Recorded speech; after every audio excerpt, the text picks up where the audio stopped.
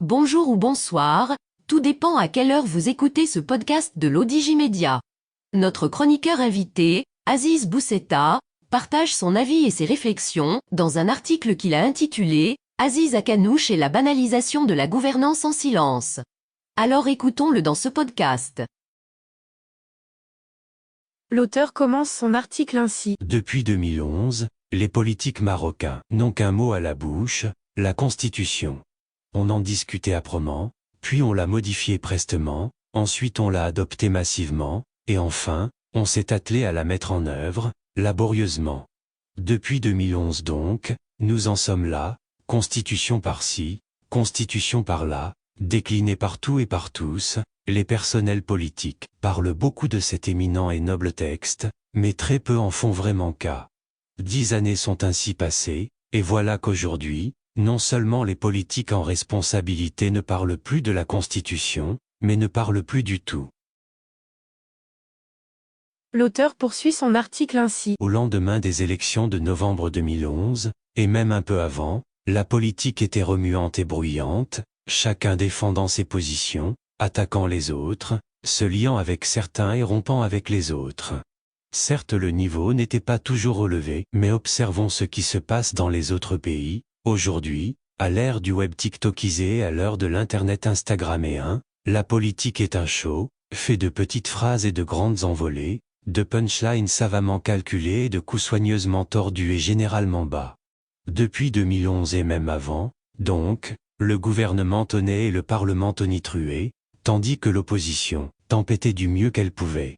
Et ce n'était pas seulement du show, car tant de choses ont été réalisées, la décompensation, la réforme, même paramétrique, de la retraite, l'accélération industrielle, des lois sociales, comme la 19-12 sur le travail domestique, la gestion rationnelle de la pandémie, la régionalisation très avancée, et d'autres choses encore, réalisées par les deux gouvernements, avec la brochette de partis qui en constituaient les majorités et les oppositions en renfort, le PJD en attaque, le RNI en contre-attaque, l'Istiklal en embuscade, l'USFP en empoignade, le PPS équilibriste et les partis administratifs en lutte existentielle permanente, et finale. Même le RNI devenu akanouchiste s'exprimait et donnait de la voix, et puis, au lendemain des dernières élections, celle de ce funeste 8 septembre, silence, total, abyssal, sépulcral. On a monté une majorité arithmétiquement parfaite, mais politiquement atone. Personne ne parle, chef Akanouche compris, chef Akanouche surtout. Oh, il a bien tenté une sortie médiatique, quelques mois après son arrivée à la tête du gouvernement, mais face au désastre que fut cette sortie, plus rien depuis. Sauf quelques saillies parlementaires aussi maladroites qu'inutiles, parfois puériles. L'auteur précise sa pensée ainsi. Les autres chefs de parti siégeant autour de la table gouvernementale n'en disent pas plus. Nizar Baraka et Abdelatif Wabi gèrent leurs chapelles respectives et cultivent leur jardin, laissant leur chef Aziz Akanouche se débrouiller et le délaissant dans son silence, qui en devient gênant. Pourquoi gênant? Parce que, avec lui, la politique se meurt et parce qu'un pays a, toujours, besoin de politique.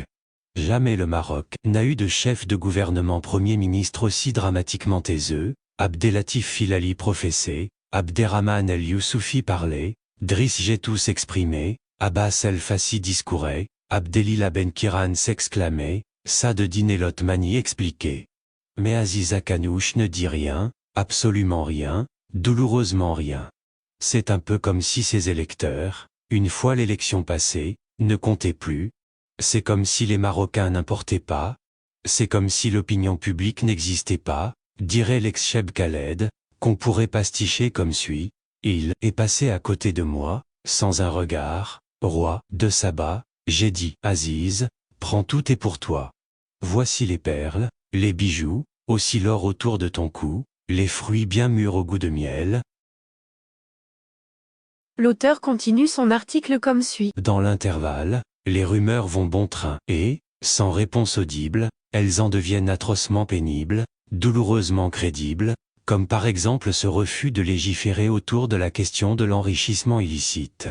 Ces bruits et bruissements qui font tousser sur l'enrichissement illicite sont sans doute faux, très certainement injustes, tout juste des rumeurs et l'expression d'une fureur rentrée, mais à défaut de les démentir par le propos, la com, une présence, une certaine prestance, elle pourrait définitivement s'incruster dans l'esprit des populations, ce qui tuera encore plus la politique et, plus grave, les espoirs.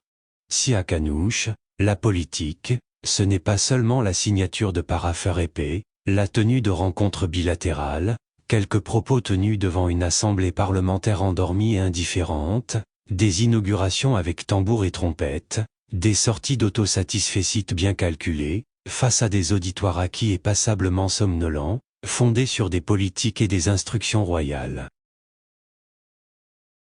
L'auteur conclut son article ainsi. Aujourd'hui, ce silence s'est banalisé, personne n'attend plus une prise de parole du chef de notre exécutif, et c'est bien dommage, et encore plus regrettable. La politique, sous la Constitution de 2011, c'est faire honneur aux électeurs, c'est redorer la chose politique, c'est réinstaurer la confiance et rétablir l'espoir, et pour faire cela, il faut parler, exprimer, argumenter, expliquer ce qui est à fait et justifier ce qui ne l'est pas. Les Marocains le méritent tellement, ô vous, si Aziz Akanouche, qui professiez que nous méritions mieux et qui devez toujours le penser. La politique a besoin de foi et nous avons besoin de croire. Rédigé par Aziz Bousseta, et lu par l'intelligence artificielle de l'Odigimédia.